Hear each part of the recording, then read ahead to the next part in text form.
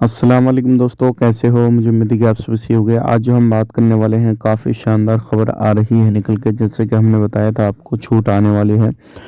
तो फाइनली छूट आ गई है। कौन से लोगों के लिए, किस तरीके से आपको उसका फ़ायदा उठाना है, क्या क्या खबर है, पूरी जानकारी आपको मिलने वाली है। तो चलिए फिर बिना देरी के वीडियो शुरू करते हैं।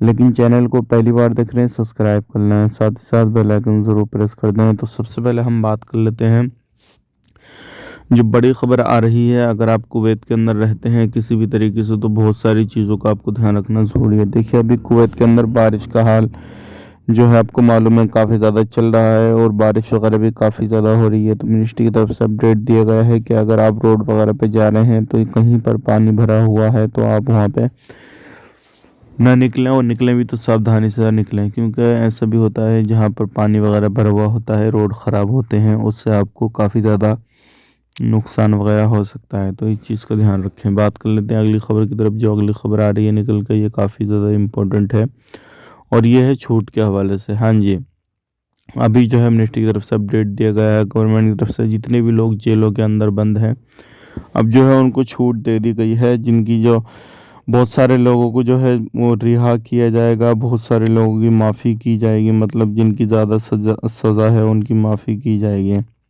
तो ये एक अच्छी खबर आ रही है निकल के। अगर आपका जानने वाला, पहचानने वाला कोई भी बंदा या बंदी जेल में है, तो आने वाले वक्त में उनको बहुत जल्दी वहाँ से रिहा कर दिया जाएगा। जैसे कि मैंने आपको पहले भी बताया था कि अब जो है बहुत जल्दी छूट आने वाली है, 1-2 दिन पहले। तो फाइनली अभी जो है जेलों के अंदर जो बंद हैं, सिर्फ उनके लिए छूट आई है, और जो कैदी अंदर हैं उनकी जो है सज़ा वो कम हो जाएगी। इस तरीके से एक अच्छी खबर आ रही है।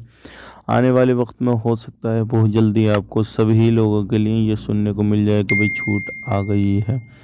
वीडियो अच्छा लगा लाइक कर दें, शेयर कर दें। आप अपना ख्याल रखें, अपनी फैमिली और ख्याल रखें। Take care, bye bye.